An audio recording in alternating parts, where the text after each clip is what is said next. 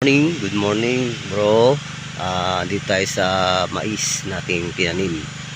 At bali ngayon ulit tayo mag-upload at mag binabantayan natin ang ating patubig. Nagpapatubig tayo ng mais sa bukid. Bali may mga bunga na rin naman siya. Yan. Dito tayo nagbabantay tayo.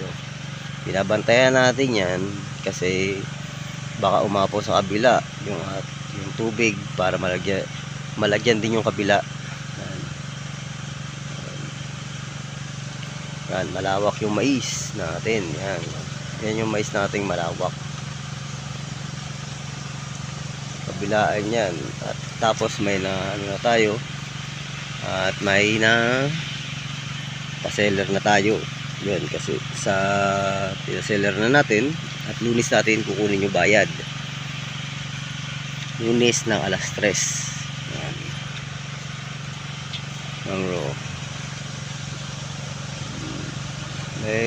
May mga bunga na yan.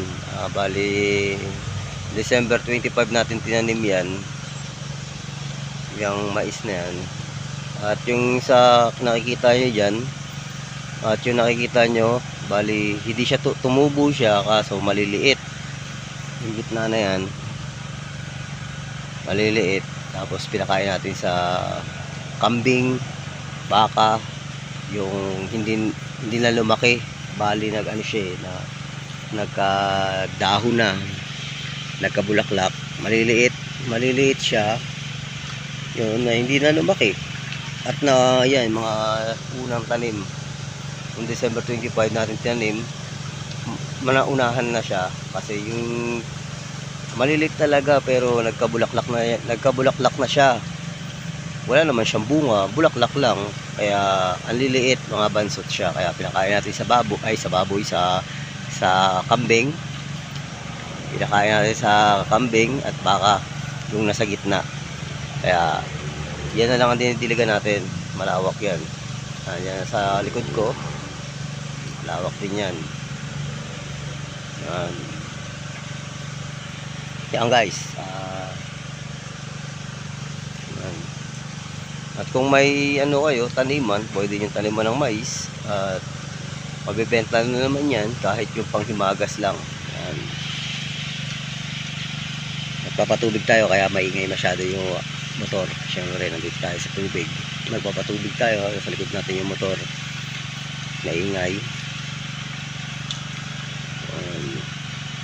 Tapos malakas pa yung hangin. Siyempre kala ko nga ba't parang dinaanan na siya ng hangin yung mais. Siyempre natumba. Kaya tinigil natin ng pagdidilig kahapon. At ngayon lang tayo nagdilig para yan, hindi masyado mahangin. Para hindi matumba yung ating mais. Kasi natutumba kaya tumba siya pag mahalakas ang hangin. Pero kung mahina naman yung hangin tapos napatubigan mo yung lupa at hindi naman siya matutumba. Mabilis lang siya matuyo pag may hangin na malakas. At yung diniligan mo lupa malakas din at natutuyo ka agad sa super init ng panahon. Yan. Kaya yun. At nagpapasalamat tayo sa may kapal kasi hindi tayo pinabayaan. Yan. Guys, sa sunod naman taniman natin dyan palay. Pagkatapos yung mais, palay naman June. Tatanim naman tayo ng palay. Magpupunla tayo, tataniman natin yan. At yan, pati doon sa kabila, sa dulong dulo doon sa tinatawag na laod, ito daya, ito bagatan, ito yung laod. Hindi tayo tatanim sa kabila. Malawak-lawak din yung taniman ng palay. Kaya yun, taniman na naman, gastos na naman, pero no problem, okay lang yan kasi kakainin din naman natin yung palay na yan, yung bigas.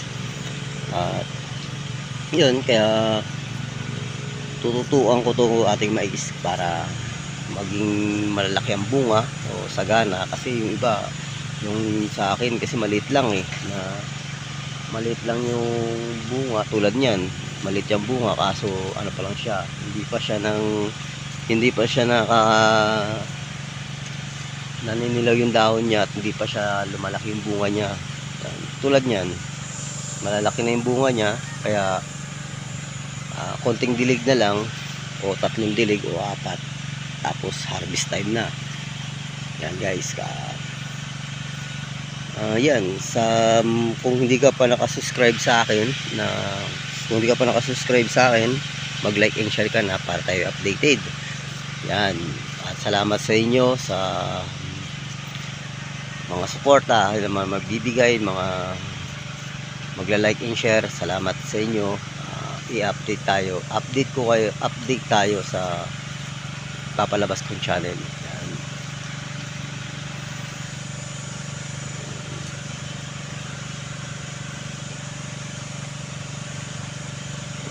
Melvin Vlog mga lab.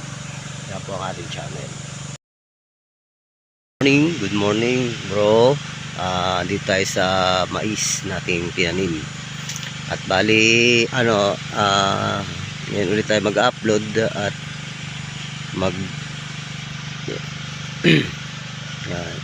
binabantayan natin ang ating patubig. Nagpapatubig tayo ng mais sa bukid. Bali may mga bunga na rin naman siya. Yan. Dito tayo nagbabantay tayo. Binabantayan natin yan kasi baka umapaw sa kabila yung tubig para malagyan din yung kabila. Yan, malawak yung mais natin. Yan yung mais nating malawak. Kabilaan yan. At tapos may na tayo. At may na pa-seller na tayo. Yun, kasi sa pina-seller na natin at Lunes natin kukunin yung bayad. Lunes ng alas 3. Yan.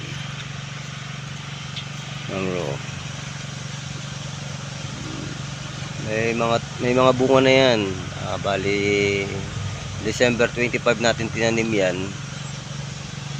Yung mais na yan.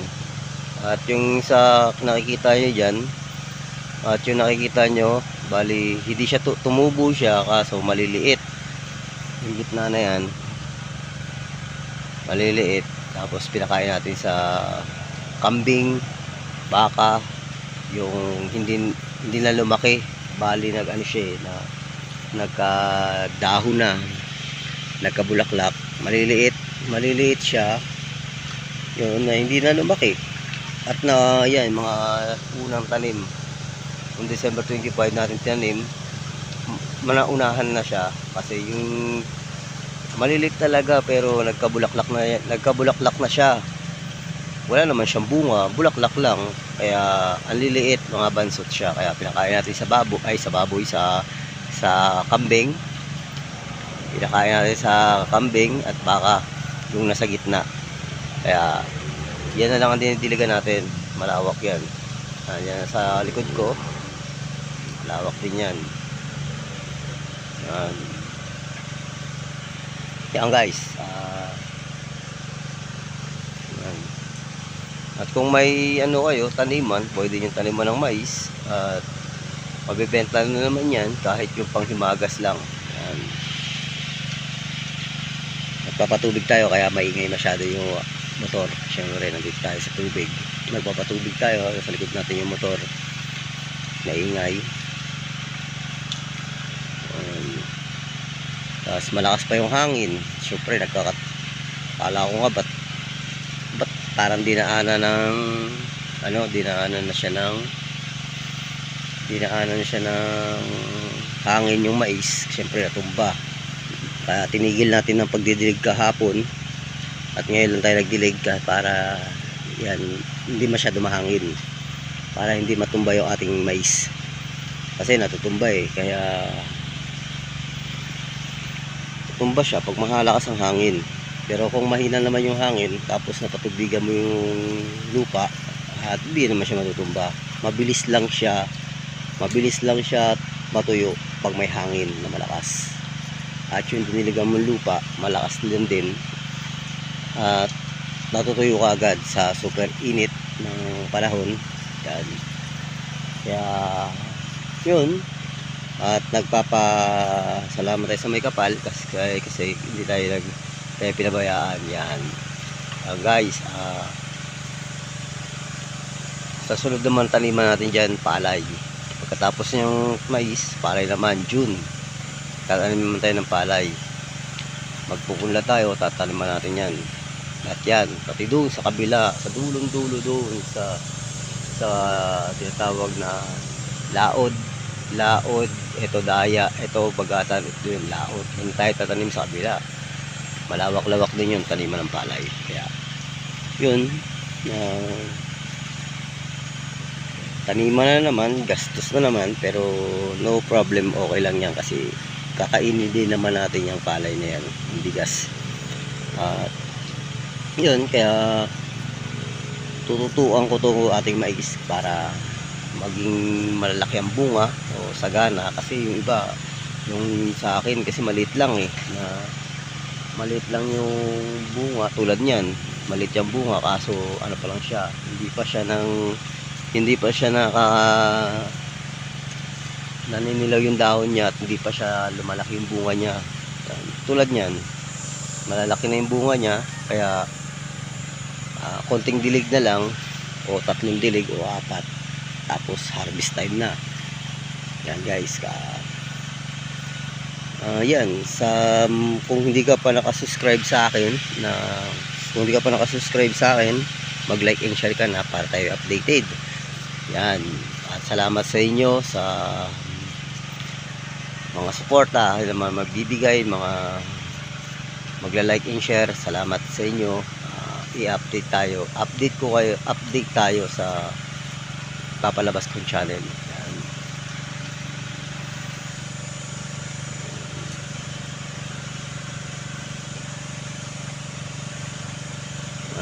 Melvin Vlog mga lab. Yan po ang ating channel.